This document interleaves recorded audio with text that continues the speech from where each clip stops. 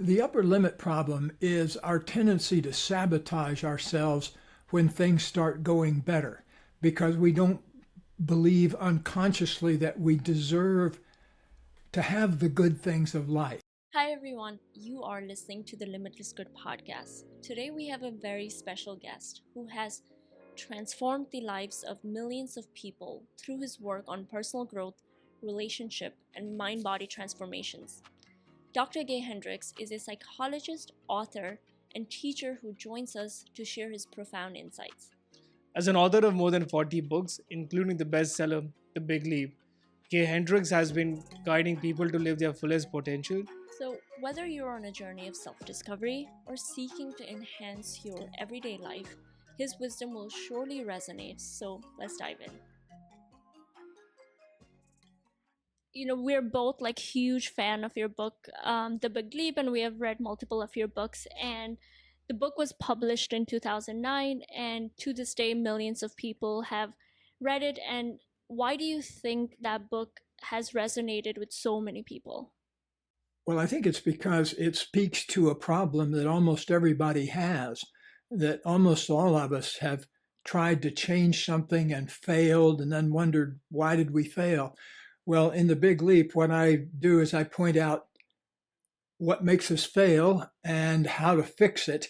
And so it's a very practical book.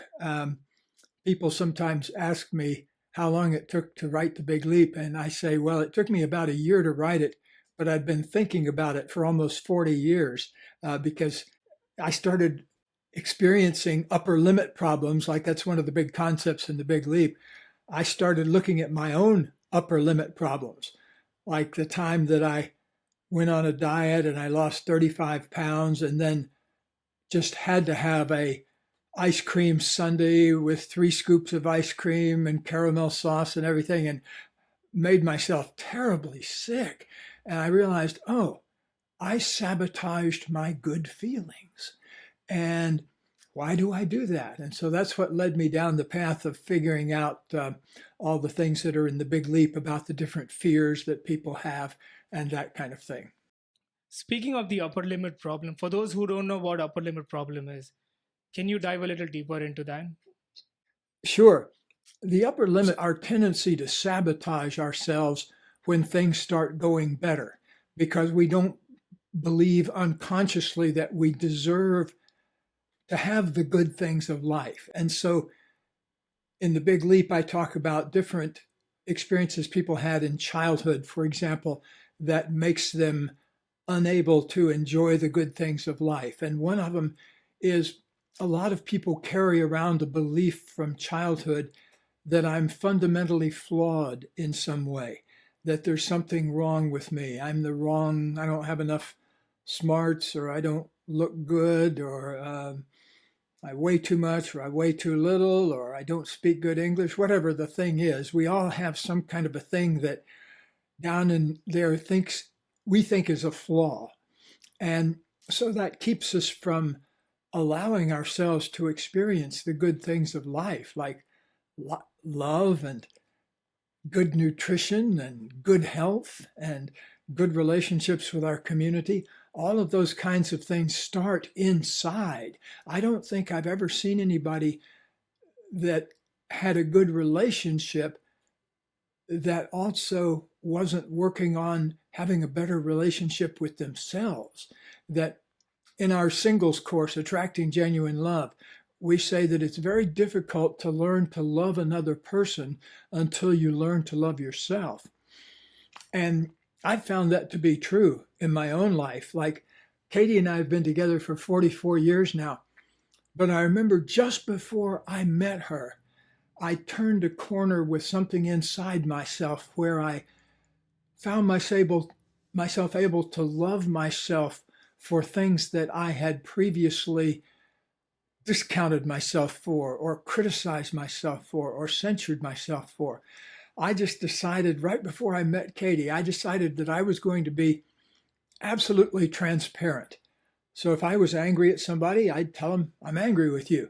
Or if somebody hurt my feelings, I'd say, that hurt my feelings. Or if I felt scared, I'd say, I'm scared.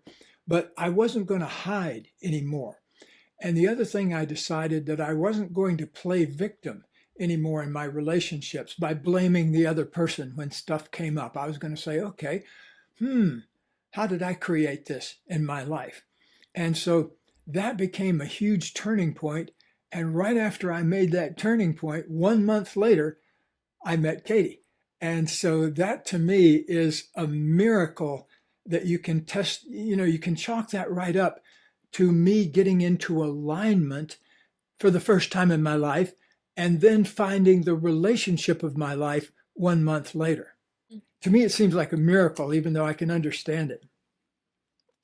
So you made a conscious commitment to change your thought process, and as a result, you met the love of your life. Yes, and in fact, what happened was really interesting because where I had my big bolt of enlightenment was right in the middle of an argument. I'd been in an on and off again relationship for almost 5 years with a woman named Carol, a wonderful human being. But she and I just couldn't get along for, sometimes it was 3 days we'd get along and then 2 weeks we'd be fighting. Or sometimes it was 2 weeks we'd get along and then a week we'd be fighting. I hope you two have never had a relationship like that, but maybe somewhere along the line you may have. Most of us have.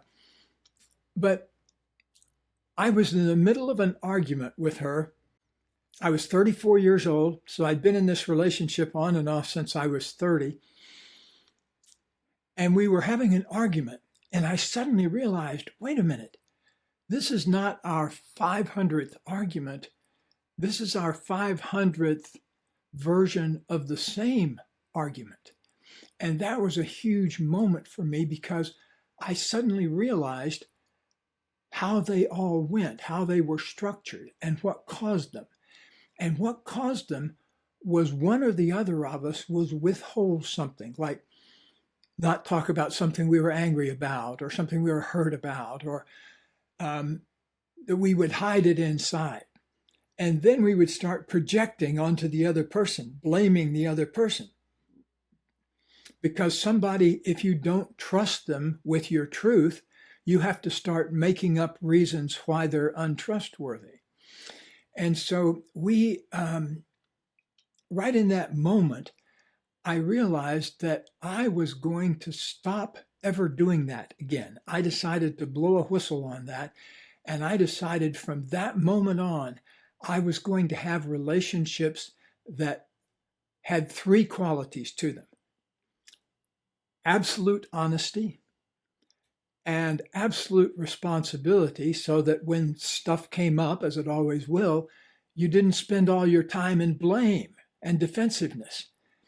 That was what tripped up Carol and me. We would get into blame, and then one of us would defend ourselves, and then back into blame again. And that would go on sometimes for weeks. And so I decided to blow a whistle on that. So I said, relationships from here on out, absolute honesty, absolute responsibility. And the third thing was, I really want my relationships to be with people who are actively involved in their creative path. And so that's what I wanted from then on. And when I got into my relationship with Katie, that was one of the first conversations we had. How do I identify if I have an upper limit problem?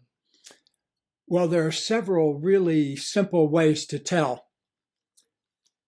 One is if you find yourself worrying about the same thing over and over again, especially if you've worried about it 3 or more times. That's kind of the cutoff point. So worrying about something, I'm wondering if I'm going to get to the studio on time. Oh, I'll go turn down this way and that'll help me. That's a good use of worry, because then you're taking action in some way. But the worry thoughts that are upper limit problems are worry thoughts that usually occur well more than 3 times. You keep recycling them over and over and over again. And so repetitive worry is one of the first ways you can know that you have an upper limit problem. And so if you think about it, worry is probably the easiest way of upper limiting yourself. I think in the Big Leap, I talk about I was walking down the street one day feeling really, really good. And then I looked in the window of a jewelry store as I was passing by, and I saw a beautiful ring or necklace. And I walked on past it, and then I started thinking, gee, I haven't given Katie a jewel in a long time. Oh gosh, and so within about 20 steps, I'm feeling bad about myself just because I saw a beautiful jewel. And so that's a classic example of the upper limit problem. Another way you can tell you have an upper limit problem is um, times when you injure yourself or get sick, or kind of, especially when some bad feeling comes over you kind of out of nowhere, not because you have a cold or not because you have the flu or anything like that. You just suddenly don't feel good. Well, oftentimes that's an upper limit problem. And so a lot of us use illness and accidents as upper limits so that you start feeling, here's a great one I just saw this week. A good friend of mine fell in love with an actor who's in a movie that's just now having its grand premiere, Mission Impossible. And they flew to Italy for the premiere of the movie.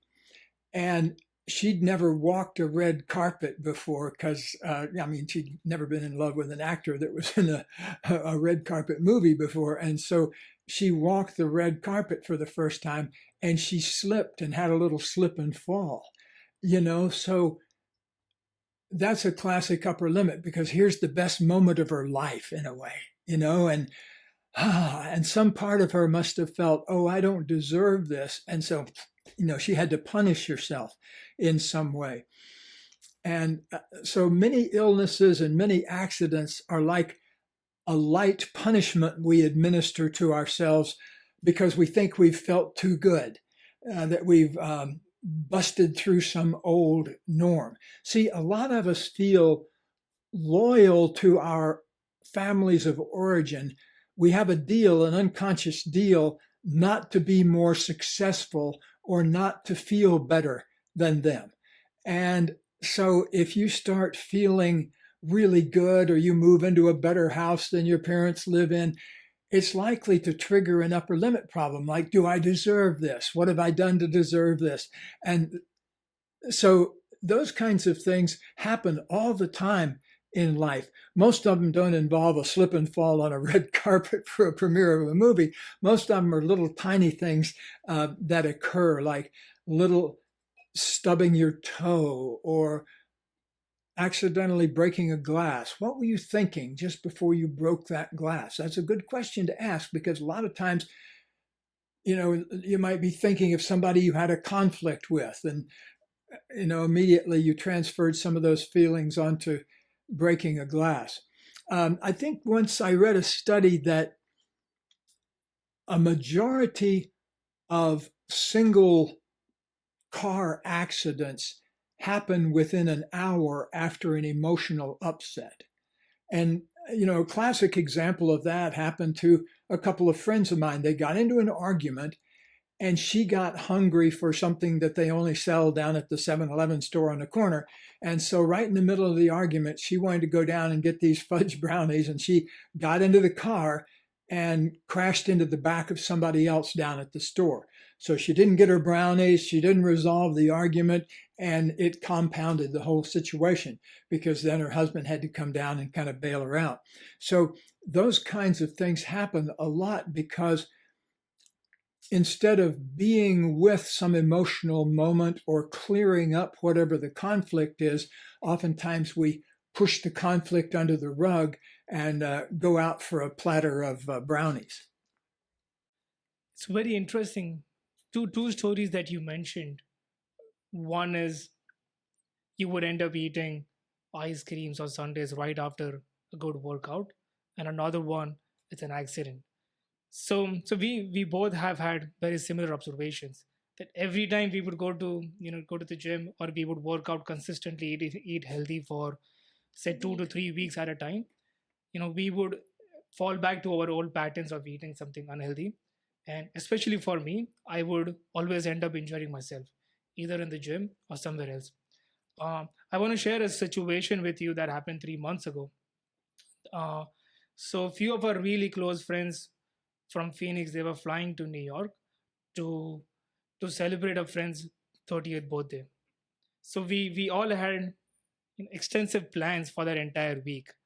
But just 2 hours before them landing in New York, I I was in the rock climbing gym, and I fell down and met with an accident, and I broke my ankle. I'm really fortunate that I'm alive, but I had to undergo emergency surgeries right that night itself. So do you think that is an upper limit problem, or it's just my carelessness?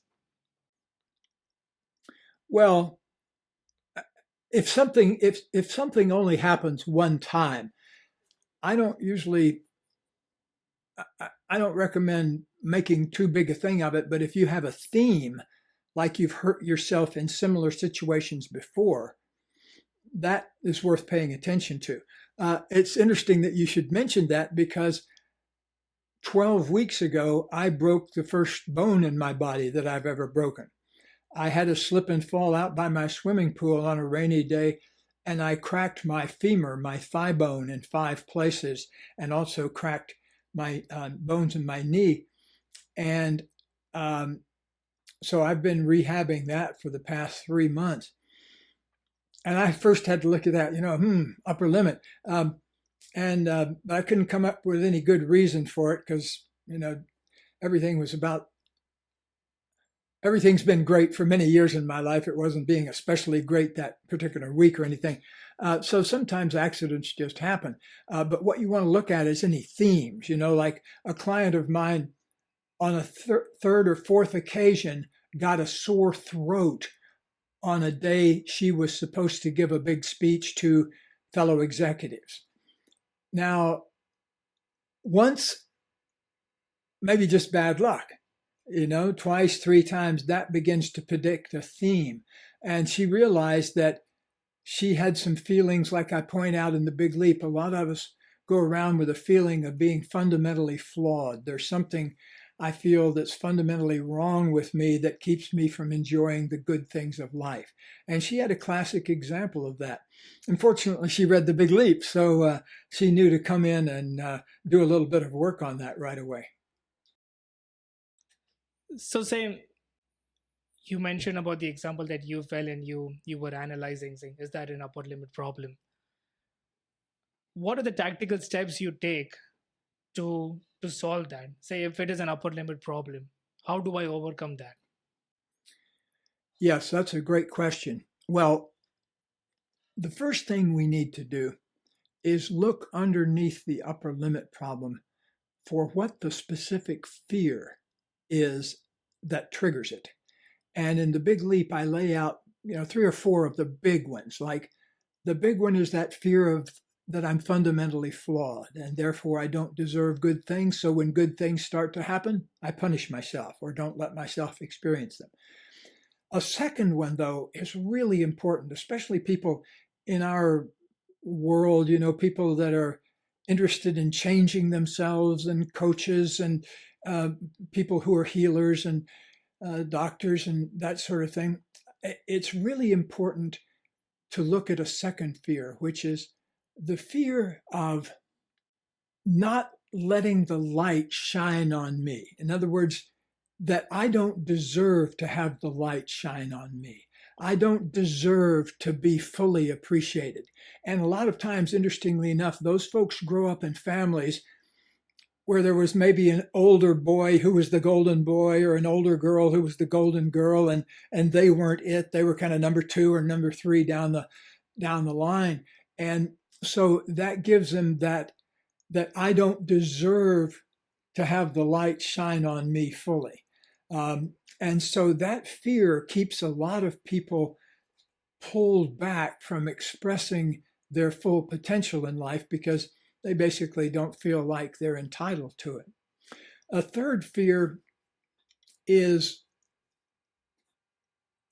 the fear of being disloyal to people in your past. Usually it's your family of origin, but it could be other people.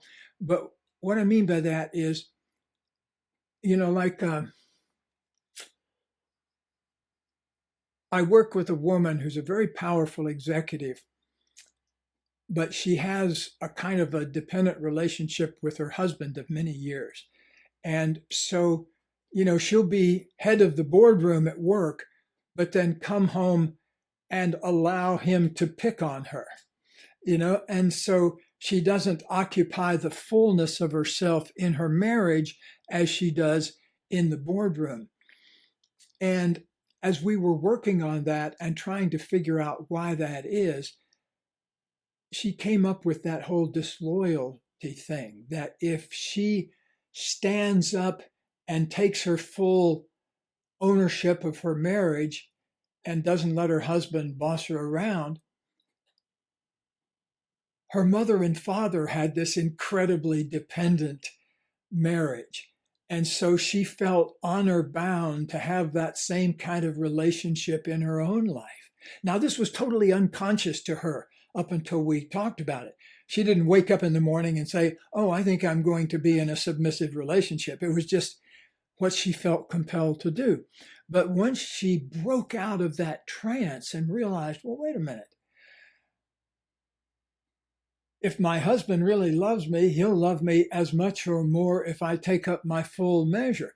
And it's been so beautiful to watch her, get out of that kind of one up, one down kind of relationship where he's the controller and she's doesn't get to be the boss. And so to watch them come out of that and still have a great relationship is one of the great joys that I get to experience in my life. Well, you probably do too, because you get to see people going through transformations all the time yourselves. I feel like we as humans, we subconsciously were afraid of feeling good for a longer period of time. And it might have to do with evolution. And in your work, you had mentioned that in like 2009, in your book, you had mentioned that you and your wife hadn't fought in like 12 years.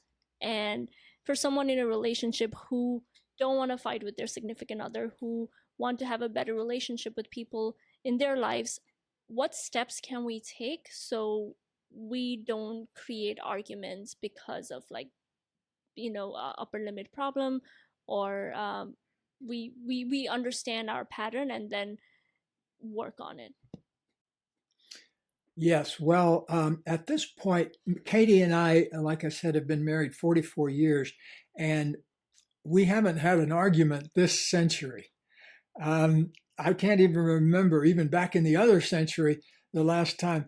But here's the thing: if you want to create an argument-free zone, first of all, you have to make a commitment to that. Katie and I made a commitment to each other many years ago that we wanted to have our relationship be a blame-free zone where nobody ever criticized or blamed the other person. And so we wanted a relationship that ran on positive energy. And when negative stuff came up, we had a way to deal with it in a way that we could get back into the positive zone. So that's where we came up with these basic, simple rules, like telling the truth always and in all ways. So I'm angry with you. I'm scared right now. I feel sad. I feel joy right now. I love you so much. Those kinds of little statements of authentic feeling, you have to become a master of doing that in relationship. You can't see, so many of us come in relationships with a defense system where we have fear of really letting somebody else in, or fear of really going into somebody ourselves. And just based on stuff that happened in childhood and rejections we've had, by the time I got to Katie, I'd had any number of rejections and relationships that fell apart. So you have to make a commitment that's to a relationship that runs on positive energy, because so many people are addicted to arguing. They're addicted to it because they get a burst of adrenaline every time they blame the other person or get into a big argument and raise their voice. It flushes out adrenaline out of the system. A very strong drug is adrenaline. And if that's the best drug you're going to have every day, that's what you'll keep producing, because it gives you some juice and vitality for a short period of time. It only lasts for a few minutes. And it's a very dangerous addiction, though, because after a while, if you become conflict addicted, basically you're hassling each other all the time. God bless them, my in-laws, Katie's parents, they were married for like 55 years, but they bickered constantly. I bet you've known relationships like that too, where there's just little snipe, snipe, snipe, snipe, snipe, snipe, snipe, snipe, snipe, snipe, snipe. And oh man, Katie and I realized that early in our relationship, we caught ourselves doing that one day. And we said, oh no, we don't want to be anything like that. Actually, it's funny because her parents had come to visit for 3 days, like about a year into our relationship. And they did it the whole time. You were always little snipes. And after they left, Katie and I were doing that one day, and we suddenly realized, wait a minute, we're just doing an old pattern. Let's break that up. So we made a commitment to creating a blame and criticism free zone in our relationship. It took us some years to do that because, we were in the habit of blaming and in the habit of withholding the truth, and because we'd been in other relationships and all that. So we had to invent a new way of being. And it probably took us 3 or 4 years to do that. But then, by golly, for the last, 35 years, without any blame or criticism or negative energy in our relationship, we've been free to, co-author 12 books together and go around the world, 2 million frequent flyer miles, teaching relationship seminars and going to Chicago to be on Oprah many times, and all those kinds of things that we got to do in our life as a result of just doing those 3 simple things: to speak honestly about whatever you're feeling, to take responsibility for what's coming up instead of blaming, and to put attention on your creativity. I haven't talked about that, but that is so important, to get in the habit of expressing your creativity, because the more you can get your own creativity flowing, the less you'll take it out on the relationships around you. Many of us take it out on the relationships around us because we're closed off to our own juicy center of creativity. And if you're closed off to that, life just doesn't go as well in any dimension. Since you mentioned about creativity, I love your book, The Genius Zone. And you mentioned in that book that to be truly happy, one should spend the majority of their time doing what they most love while also making the greatest contribution to the world. So what if someone doesn't know what they love or what they are truly passionate about, and what if they're like not even aware of it? That's a great question. Thank you for bringing that to the light. Well, let me give you an example.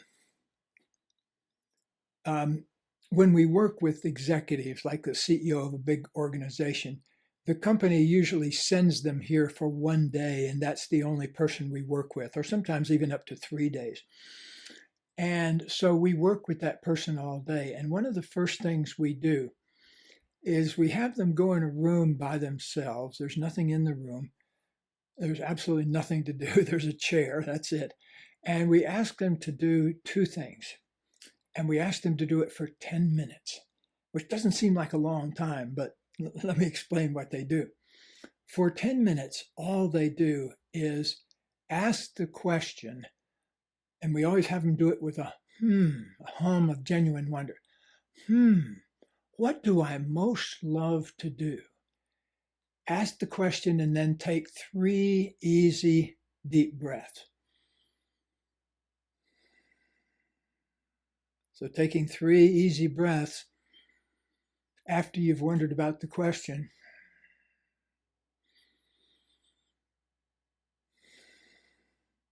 gives the question time to resonate. So your mind doesn't jump in right away with some idea that you think you ought to have, but you just give yourself space. You wonder and then open up a space of wondering. And that is such a gift to yourself because almost nobody does that. Almost nobody gives themselves the experience of genuinely wondering about something that's important to them. They try to think about it, but that's different, trying to come up with mental solutions. It's different to experience pure wonder. And in one of Einstein's notebooks, he talks about wondering about a particular physics problem every day for 27 years. So every day he reawakened wonder about a particular problem in physics. Well, back to our executive that goes in the room. After 10 minutes of doing that, some people come out and say, I got the whole $25,000 worth for their day, even after 10 minutes, because they've never given themselves the experience of wonder, of pure wonder. And, like an executive said to us, if I could just do that for 10 minutes a day, my life would transform. But habit patterns are so great that you have to make a major new commitment.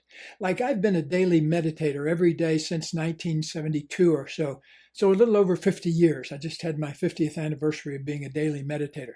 So that's meditating for about 20 or 30 minutes, 30 or 40 minutes every day, twice a day, without missing a day for 50 years. Now, why would I do something like that? For one thing, it feels great to have a clear mind and an at ease body that I do after I meditate. It feels great. Another thing, though, it fulfills a commitment to myself to take some time each day for myself. One of my friends who's a yoga teacher, very successful yoga teacher, she has 3 kids and a husband and everything. And so she has a whole homemaker thing going in addition to a full-time yoga practice.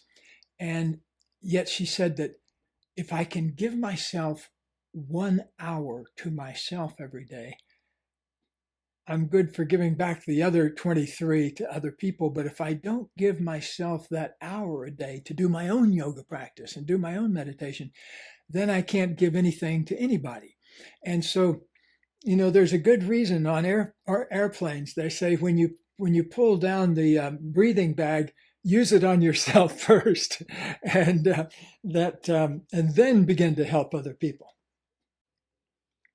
See, you mentioned about addictions and commitment as well. Say if some people are really addicted to their previous emotions, be it aggression or be it bickering or being frustration, how does one make a strong commitment and not going back to the old behaviors? Great question. Well, it requires commitment and recommitment. If a person is standing here in my office, I will ask them to make a commitment. Let's say they've had a problem with not being able to tell the truth in a relationship. So I'll say the following sentence to me, John. I commit to absolute honesty in my relationships. And then John says, I commit to absolute honesty in my relationships. And I say, John, you didn't sound very lively or deeply committed to that. Try that again, but put some heart behind it. And then he'll say, trying to fake being excited about it. So you work down through layers of commitment until you get to the real thing. If you're not working with somebody in the office or something, you can't really do that. You just have to keep recommitting to yourself. Recommitment is incredibly important, though, because it works like the example I use with my clients and students is the automatic pilot on an airplane. That if you're in New York, I'm in LA, if I get on a plane in LA, the pilot doesn't steer it all the way with both hands on the wheel. What they do is they program in some coordinates, and it says head to that coordinate. And the machine takes over and says, okay, we're on it. Oh, we're drifting a little to the right, correct to the left. Oh, we're drifting a little to the left, correct to the right. And it does that hundreds, thousands of times while the pilot's sitting there having lunch and having a chat about what they're going to do for the weekend. And so if you think about it, the airplane gets to New York by being wrong most of the time because it's drifted more than it's been on dead center. And so we need to get that implanted in ourselves so we stop catastrophizing when we drift off course. We need to just say, okay, recommitment. Okay, recommitment. And I used to be very obese 50 years ago. And now I'm a healthy weight. I'm about 180 pounds. I'm about 6 feet tall. So I'm, an athletic looking guy. And, but I used to look more like a pear, shaped like a pear. And in order to get from that body to my current body, I've had to recommit 1,000 times or more to being healthy again. Because what happens in life, like happened the other day. I had a great breakfast, had a very light lunch, and then we went at 4 o'clock to help a friend of ours celebrate buying and moving into a new house. And they had all this fancy food there, and oh God, some of it just found its way into my mouth unconsciously, And so I went into the evening kind of feeling like I had a giant lead ball in my belly because party food is it's not designed to make you feel healthy the next day, And so, so even at a fairly enlightened stage of the game, we have to keep recommitting. And now, generally speaking, it doesn't take me as long to kind of recommit. In the old days, it used to take me weeks. Now it takes me seconds. I think recommitment is like one of the most powerful concepts that I've learned from your work, because like before I would work out for a few weeks and then eat healthy food, but then after a few weeks I would just start eating junk food and not think about the concept of recommitment. And now if I eat healthy for a week and then on weekend if I go out and like not eat healthy, I'm like, okay, time to recommit, let me go back to recommitment. So that has been a very, very powerful tool that I use in my daily life. It's so amazing. I once, interestingly enough, I once I was traveling for a month in India, and I decided while I was there I was going to be a vegetarian and just eat as pure food as I could, and I did.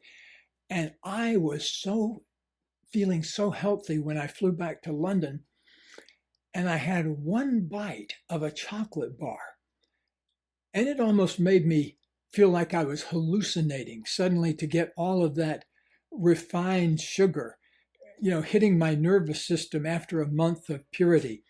And like Mick Jagger said, why did you quit using drugs? And he said, well, I went to a bunch of funerals.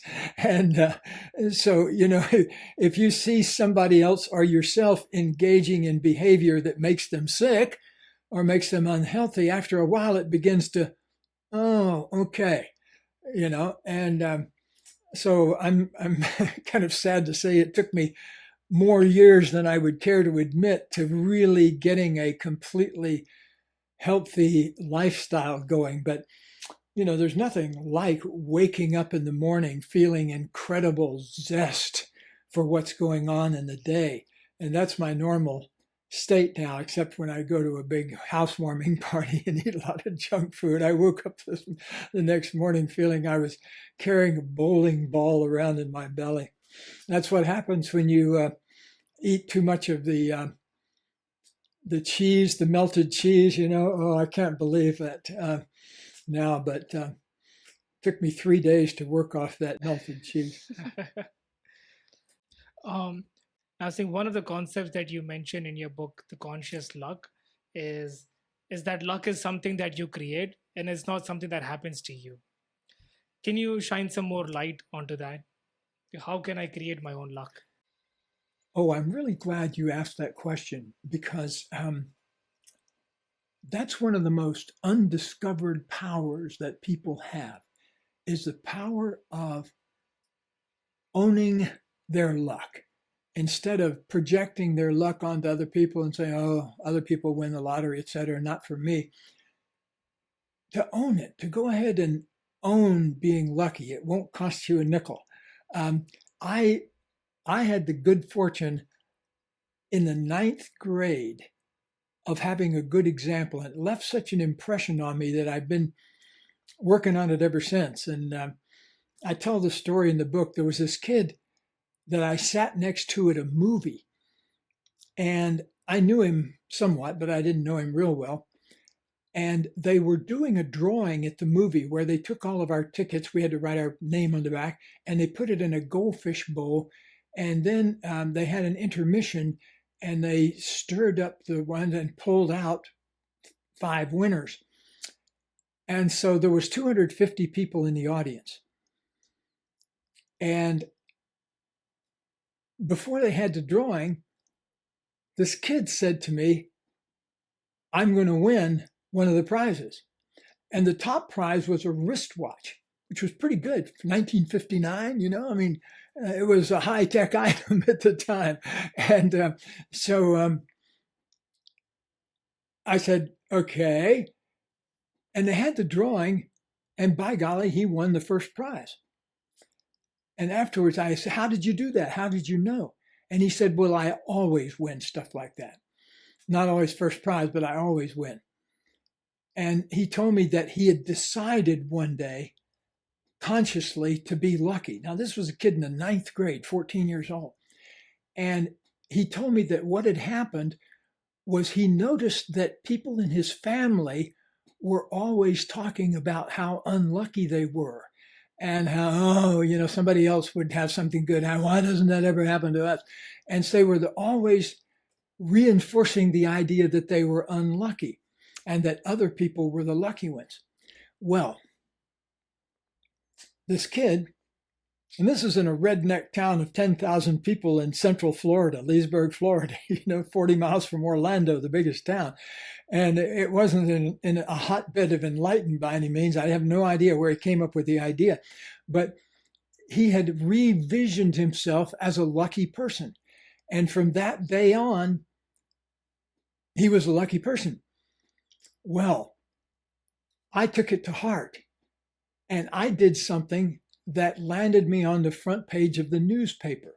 I decided, okay, well, if it's that simple, I'll just say, okay, from here on out, I'm lucky. Right after that, I can't remember if it was a few days or a week or whatever, but it was soon after I made that transition. I was in a magazine shop that was also, part of it was a coin dealership where coin collectors gathered and exchanged coins and stuff. And so I was a coin collector at the time. I loved coin collecting when I was in the 7th, 8th, 9th grade. And so I left the shop, and I was going to go to the movies. And there was a satchel right out in front of the shop next to a parking meter. And there was nobody around, but I recognized the satchel because there had been a famous coin collector, a very wealthy man, in the shop early doing some kind of coin deal. And I recognized that satchel, which had his portable coin collection in it. And immediately I saw what had happened. He was quite an elderly man, probably my age now, in his 70s.